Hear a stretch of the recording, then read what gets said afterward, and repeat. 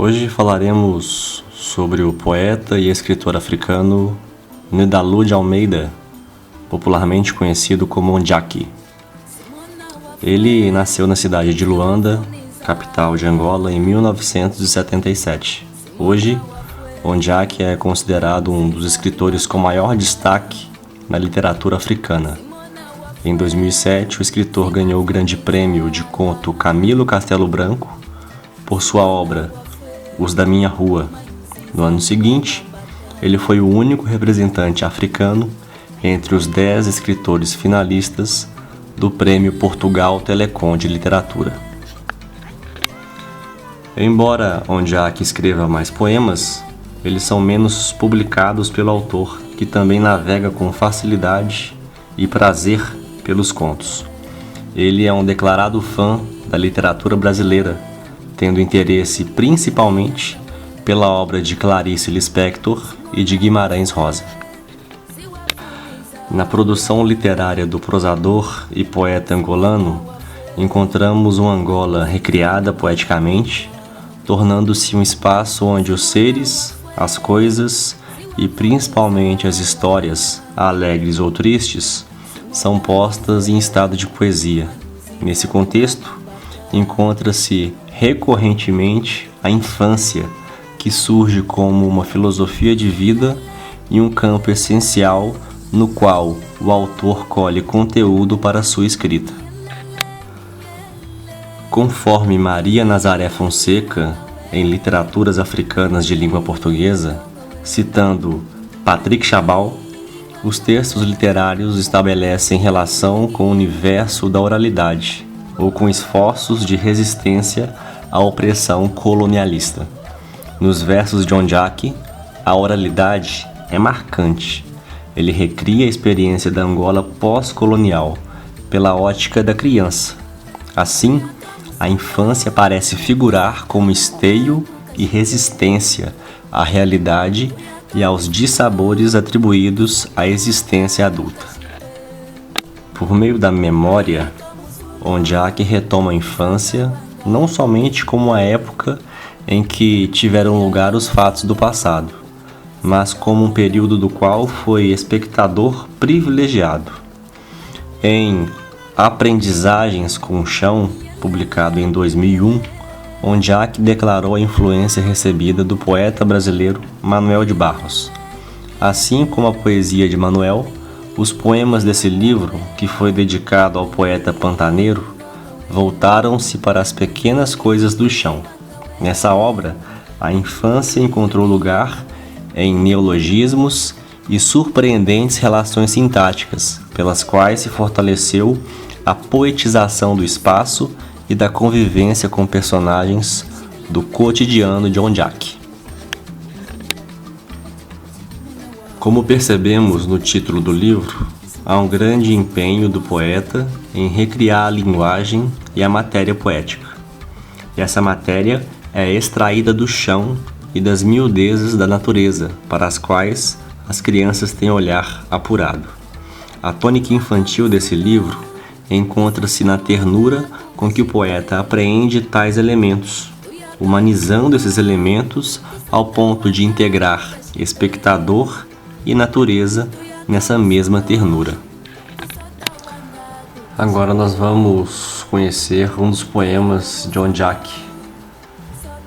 Árvore já não é lógica. Ser folha é nem sempre estar para o sol. A outra folha, além de nossa vizinha, pode ser nossa irmã de sombras. A folha, em querendo ser lago, acontinenta o galho. O galho, em sendo fio de cabelo, gentifica a árvore. A árvore, de tanto ser ela, lembra um sorriso quieto. Além de transpirar, bonito é que ela respira. Na obra Aprendizagens com o Chão, existe um imaginário que não é só angolano, mas da alma humana, pertencente a qualquer época e lugar. O poeta, no seu exercício de reordenar o mundo pela linguagem, torna-se um locutor, um porta-voz que gera experiências poéticas da infância.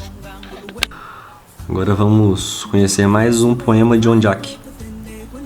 O título do poema: Prendizagem. O tomate avermelha mundos, o cheiro da terra perdoa constipações. Folha é parede verde para sol chegar. Flor é uma outra narina da abelha, alcunha de qualquer jardim. É biolabirinto. A mosca exagera em amizades com a merda. O pirilampo é a lanterna do poeta. O porco-espinho exagera em modos de precaução e a mandioca tuberculiza o chão. O cheiro da terra rejuvenesce a humanidade. Nesse poema, a gente percebe os elementos da natureza, que estão presentes e são evidenciados por metáforas, prosopopeias, sinestesias e aliterações.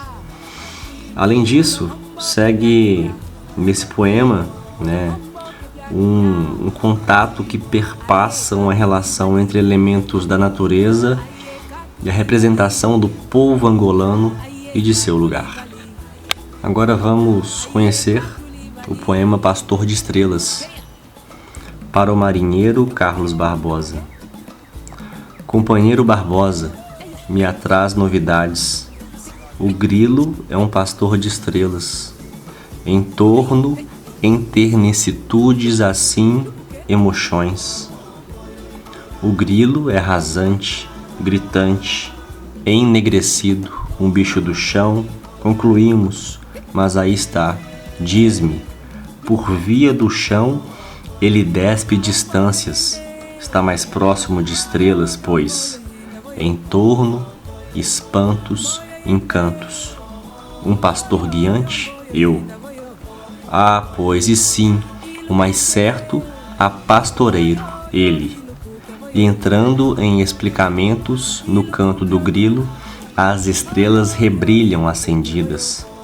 Comungam luz, iluminam poeiras, universais versos, de tanto desconhecimento em mediações. O grilo ganha abraço com estrelas, de tanta chãotoria.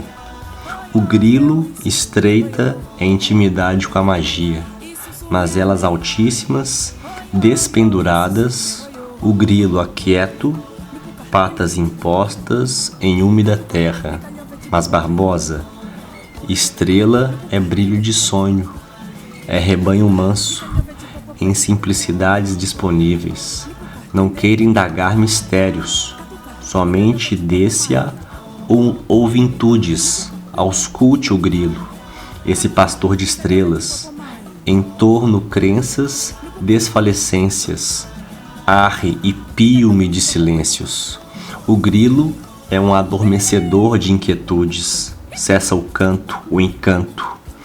Fincadas de negrume, as estrelas grilam-se para sonos, adormecimentos provisórios. Aqui tem-se a figura do grilo como um ser que ressignifica o ambiente ao seu redor.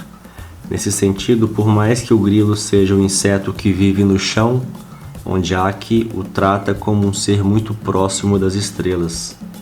Entende-se que não se trata mais de um simples ser vivo, mas uma forma de linguagem que se apodera do ambiente.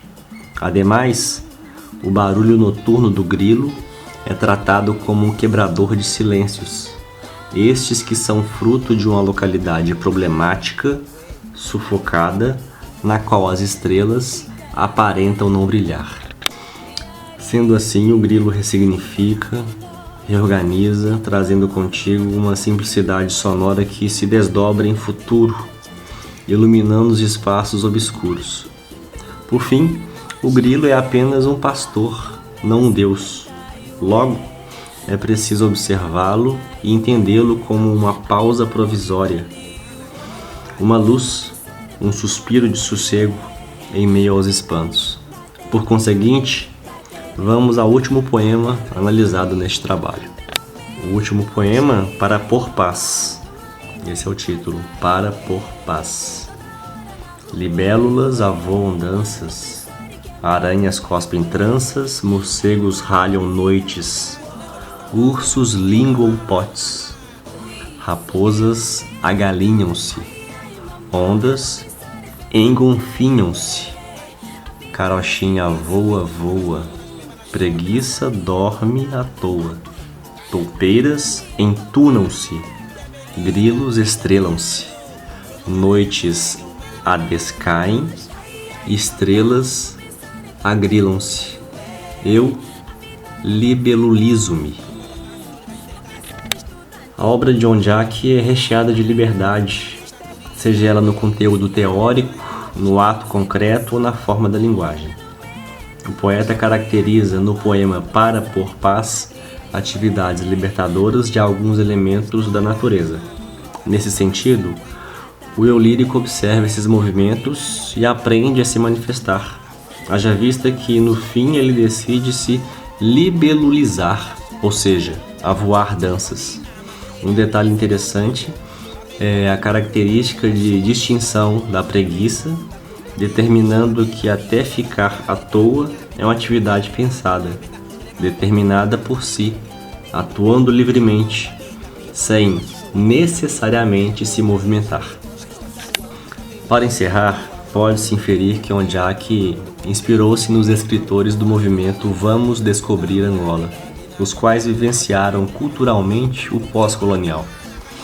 Esses escritores destacaram a força do espaço natural, evocado por uma poesia impregnada de um saber sentir, uma pertença a uma comunidade territorializada.